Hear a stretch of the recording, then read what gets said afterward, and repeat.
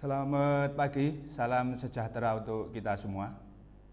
Perkenalkan pagi hari ini, saya nama Sutiono, pangkat Ibtu, dari Kesatuan Satres Narkoba Polresta Malang Kota. Jabatan Kaurmitu Satres Narkoba Polres Malang Kota akan memberikan wejangan-wejangan atau kegiatan atau gangguan tentang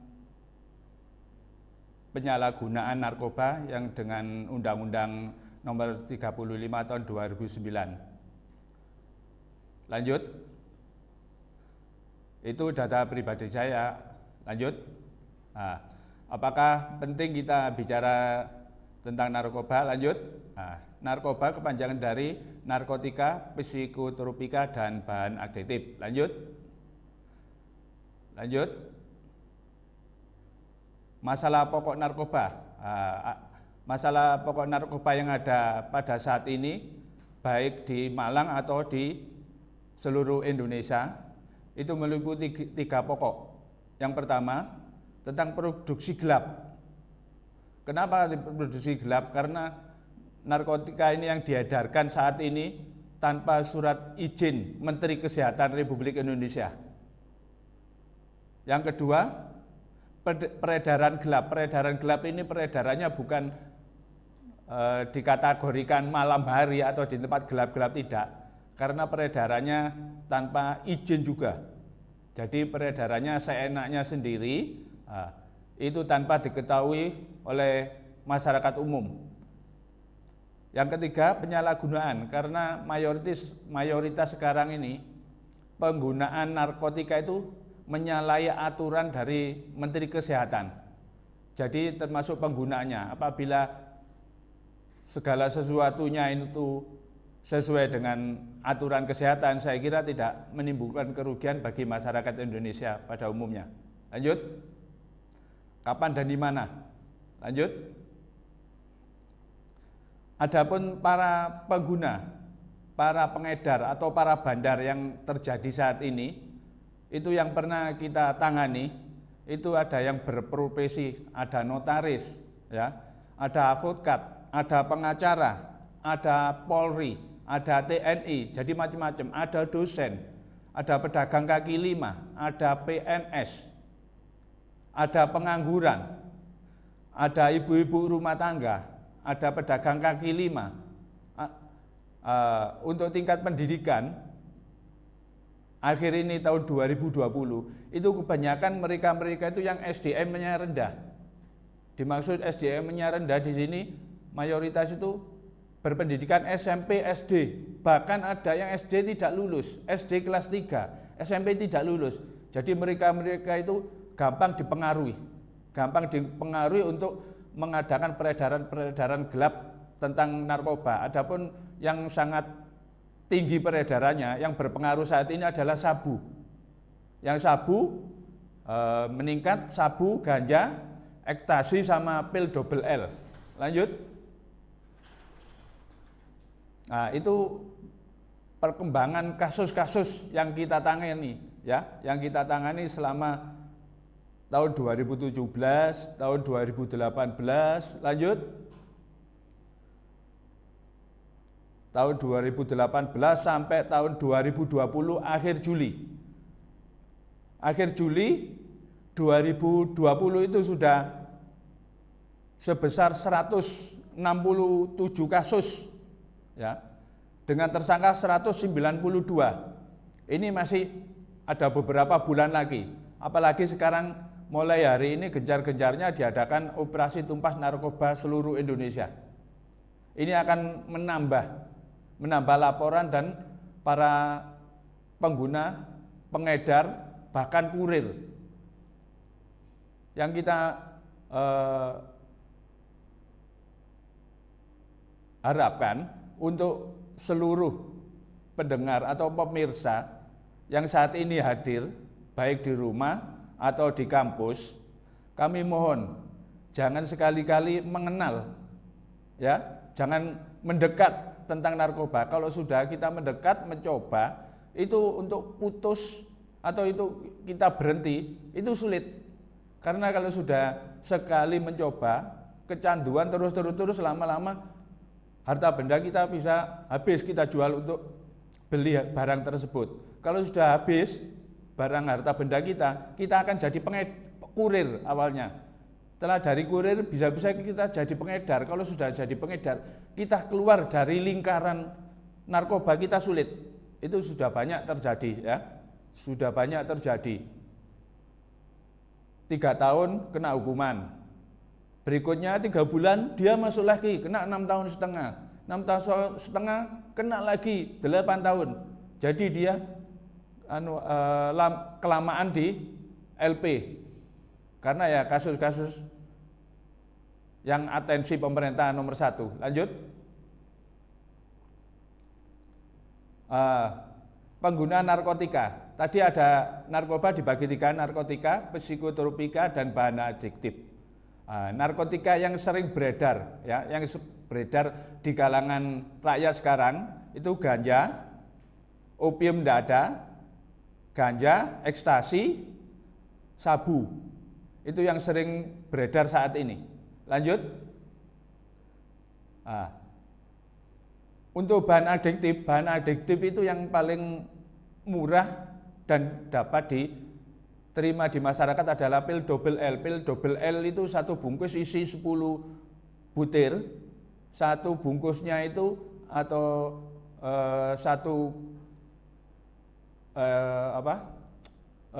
bungkus rokok itu berisi 10 butir, harganya 10.000. Itu bisa dinikmati 2 orang. Untuk pil double L ini kadar obat tidurnya tinggi karena dilarang, karena penggunaannya tidak sesuai dengan anjuran dokter atau resep kesehatan. Makanya itu dilarang pil double L. Sedangkan pembuatannya dan peredarannya pun tidak melalui apotek. Peredaran di masyarakat secara gelap, secara sembunyi-sembunyi, beli secara online, baik sabu atau yang lainnya. Lanjut. Narkotika itu macam-macam aja narkotika itu aslinya bahan-bahan atau obat yang dari kumpulan-kumpulan.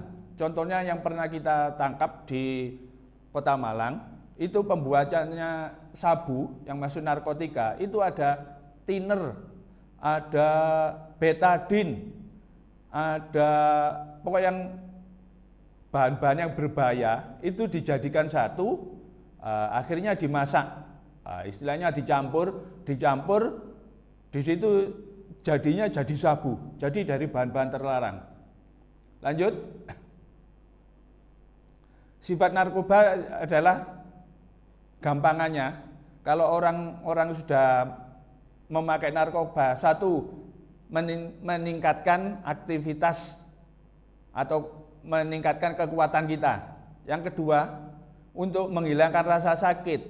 Yang ketiga, kalau sudah kebanyakan kita akan ngantuk. Ya, kita akan ngantuk. Kalau sudah kecanduan, kita mau nggak mau harus di situ itu. Yang dilarang itu karena kan tanpa resep dokter itu. Kalau sudah kecanduan, apa aja kita jual untuk beli sabu itu. Yang berikutnya itu kalau sudah sering memakai itu, kita menghayal. Jadi menghayal. Ini banyak mahasiswa yang di daerah Dinoyo sana sering menggunakan ganja. Itu katanya kalau belajar bisa sampai pagi hari. Jadi jam 8 malam bisa sampai jam 3, jam 4 pagi itu belajar bisa selesai dengan menggunakan ganja. Itu kan dari pengetahuan atau dari pendapat mereka, tapi dari hasil kesehatan itu kan akan merusak otak kita dari ganja itu. Sering dari mahasiswa swasta yang di Kota Malang itu sering kita tangkap, dia menggunakan ganja. Ganjanya dapat dari mana? Dari Aceh. Bagaimana cara pembeliannya? Secara online itu. Lanjut. Nah, ini macam-macam ganja. Di situ ada paket pahe, ya.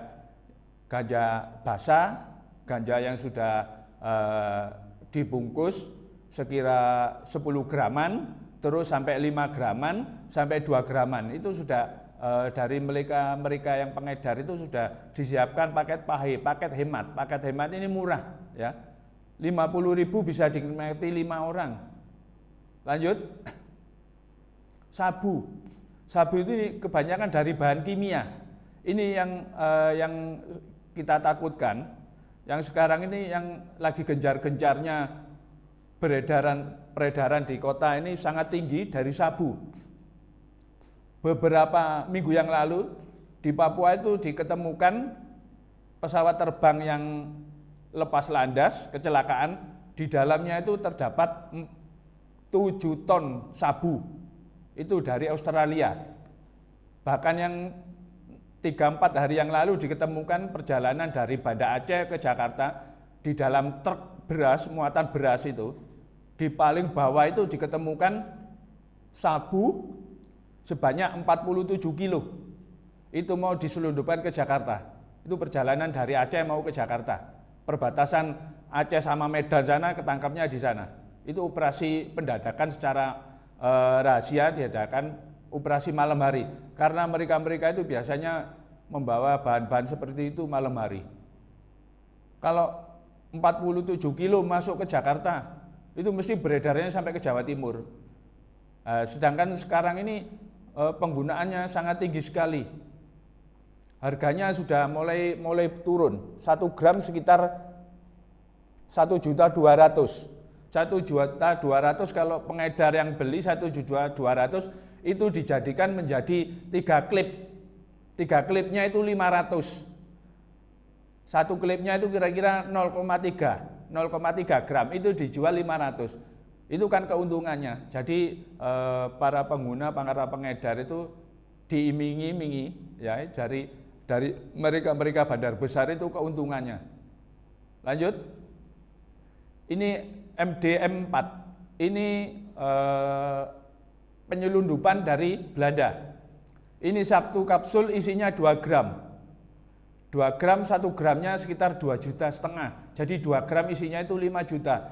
Ini dimasukkan ke Indonesia tahun 2012. Ini alasannya adalah obat, ya, obat kesehatan. Begitu dicek, dibawa ke laboratorium karena pengirimannya data dari Belanda itu tidak lengkap. Begitu dicek ternyata di dalamnya ada sabu. Ini masih banyak cara-cara menyelundupkan sabu ke Indonesia. Ada yang dimasukkan ke dalam brambang bombay besar-besar. Ada yang dimasukkan ke dalam buah nanas. Ada yang dimasukkan ke buah-buah macam-macam seperti kates. Nah, di situ biar sabu yang masuk ke Indonesia itu biar lolos. Lanjut. Ini getah candu untuk di Indonesia tidak ada. Lanjut. Kuain sudah tidak ada, jarang. Lanjut. Nah, ini karena ini cara penggunaannya gampang ketahuan orang lain. Jadi jarang dipakai untuk di Indonesia. Lanjut. Psikotropika, lanjut. Ini kebanyakan berbentuk pil. Nah, ini pil. Pil ini sering dipergunakan jual belinya di bawah tangan alias secara gelap. Ini jarang kita temui, masih 1-2 aja dalam 1 tahun. Kalau psikotropika yang banyak kita temui adalah narkotika sama bahan adiktif. Lanjut.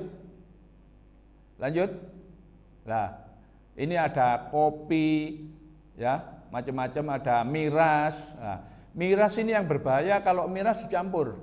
Kalau miras yang asli kita minum, kita setelah minum mesti kita teler atau kita ngantuk.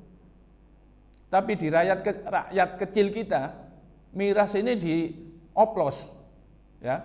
Miras asli dikasih kerating deng, dikasih Sprite, dicampur Coca-Cola, terkadang belakangan dicampur dengan autan. Nah, ini yang mengakibatkan orang meninggal.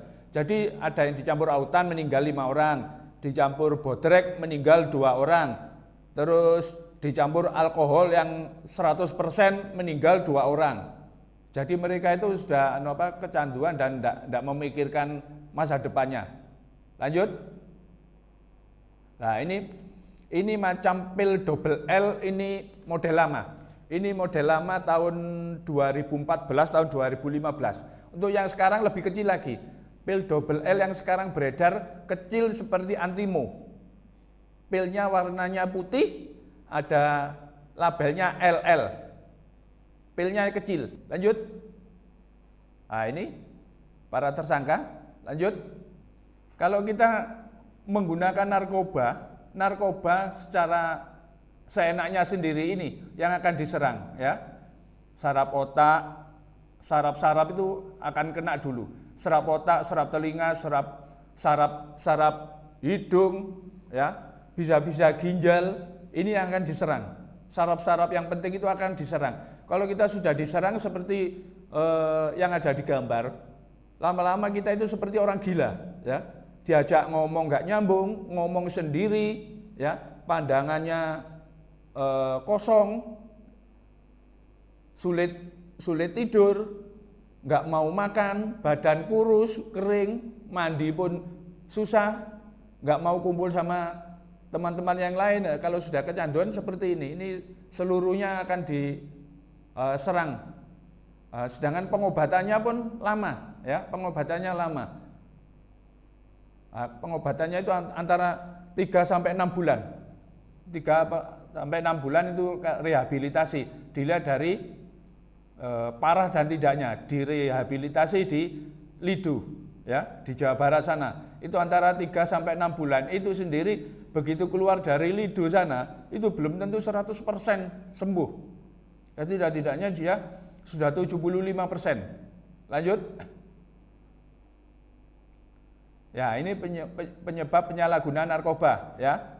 Malas belajar, tidak mau kumpul-kumpul sama teman-temannya, bisa-bisa uang SPP, uang semesteran dihabiskan, ya. Sulit tidur, badan kurus kering, pandangan kosong. Lanjut. Ciri-ciri pengguna narkoba, hampir sama ya, itu tadi urut-urutannya, ya. Ini ciri-ciri pengguna narkoba. Satu-satunya yaitu badan kurus kering, takut air, pandangan kosong, sering bicara sendiri. Nah, itu sudah tidak mau berkumpul dengan teman-temannya yang lain. Dia selalu menyendiri, selalu yang ada di benaknya itu rahasia semua. Lanjut. Ini penyelundupan narkoba, ya. Itu penyelundupan narkoba melalui kapsul. Yang dibawa sendiri itu ada botol Redoxon. Itu diselundupkan dari Surabaya ke LP Lowokwaru Kota Malang. Ditaruh di permen Redoxon, itu dibungkus, yang 1 gram setengah, yang 1 gram. Dimasukkan ke permen, di bawahnya permen lah, itu permennya dimasukkan di situ, dikemas lagi. Jadi seakan-akan itu dalamnya permen. Itu terbongkar, 3 orang tersangka ya, di LP Lowokwaru. Terus dimasukkan ke haknya sepatu, dimasukkan ke perut, dikasih istilahnya itu deker. Terus yang atas orang duduk itu ditelan. Kapsul itu ditelan dari luar negeri. Nah, cara mengeluarkannya dari perut dengan cara membuang kotoran ditampung. Nah, ditampung, di situ itu nanti kapsulnya kalau keluar diambil, dicuci. Sebelum ketemu alamatnya dituju, kapsul itu ditelan lagi. Berkali-kali seperti itu. Cara mengeluarkannya bagaimana dari perut? Makan yang banyak, minum yang banyak, nanti akan keluar kapsul itu. Itu 1 kapsul isi 2 gram. Lanjut. Nah, ini jalur masuknya narkoba ke Indonesia, ya. Dari Myanmar, dari Malaysia, dari Laos, dari Iran, ya. Iran bisa masuk ke sini. Yang akhir-akhir ini dari Iran itu berbentuk cairan. Tidak tahu Iran dari mana asalnya. Dari Iran itu berbentuk cairan. Yang sekarang berbentuk cairan ke Indonesia. Di Indonesia diolah lagi bisa menjadi butir-butir, ya. Jadi bukan cair lagi yang diedarkan ke masyarakat di Indonesia itu, tapi dari Iran sudah dideteksi itu berupa cairan, ya, cairan sabu itu. Lanjut. Ancaman hukumannya. Lanjut. Nah, ancaman hukumannya itu dilihat dari dia pengguna awal atau bukan. Kalau masih pengguna awal saya kira 4 tahun ya. 4 tahun sampai 12 tahun. Mungkin diputuskan 4 tahun ya. Itu kalau ganja. Lanjut. Nah, kalau sabu pasal 122 itu memang ancaman hukumannya 4 tahun sampai 12 tahun. Tapi rata-rata kalau sabu ini diputus 6 tahun setengah.